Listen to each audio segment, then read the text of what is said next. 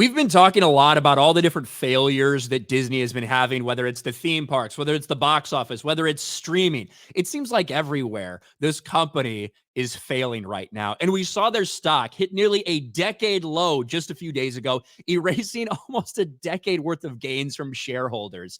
And now, after Disney's already done a lot to remove a bunch of content from Disney Plus because it cost them less to remove it than it did to keep it up on the platform, they are still canceling shit. Now, unfortunately, it's not Marvel and Star Wars things like they probably should, but take a look at this. Disney Plus cancels 2 series that were already finished filming. So they'd ordered these things, they'd finished filming 8, 10 episode seasons, and before it can even air, they're saying, you know what? Let's just Batgirl this shit and try to cut our losses. Disney Plus has canceled 2 upcoming TV shows that have already been filmed. The Spiderwick Chronicles, based on the book series, and Nautilus, based on the science fiction character Captain Nemo, have been axed from the streamer. Per Variety, the Spiderwick Chronicles completed filming all 6 episodes and is now being shopped to other networks. The live-action series was announced as part of Disney Plus Day back in 2021. It was actually, some of the episodes were directed by the She-Hulk attorney-at-law showrunner Kat Coiro. I guess they didn't want any more She-Hulk people involved in Disney Plus series. Probably not a bad decision for them. And then Nautilus,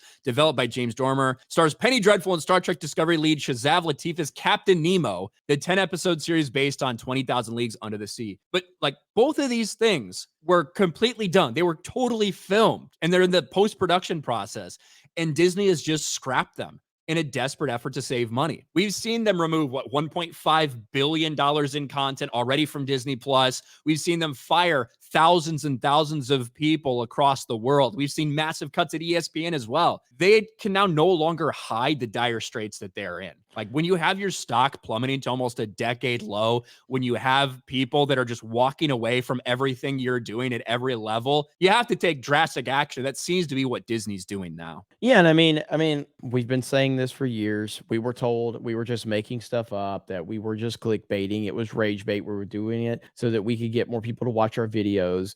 The reality of it is we're just paying attention to what's going on. And Disney's not in a good place. They're just not. I've been following Disney forever and a day. Used to be a huge fan of Disney, whether it was their parks or their content or everything like that. Disney has fallen so far. And all they need to do is focus on creative projects and not agenda-driven projects. If they did that, that would cure most of your issues. Obviously, though, that would mean that you're going to have to basically get rid of, I would say, probably 50% of your workforce because you've hired, especially from the executive levels and the top tier levels and management levels, because you've hired in activists and people that are obsessed with identity politics. It's not just one thing or the other. Look how far everything has fallen, whether it's Marvel, whether it's Pixar, Star Wars, even the theme parks are being affected now. Disney Plus, without having properties that are generating interest within fans, you're not going to be able to continue to build Disney Plus. What's the last major Disney film that people released that were genuinely excited to watch that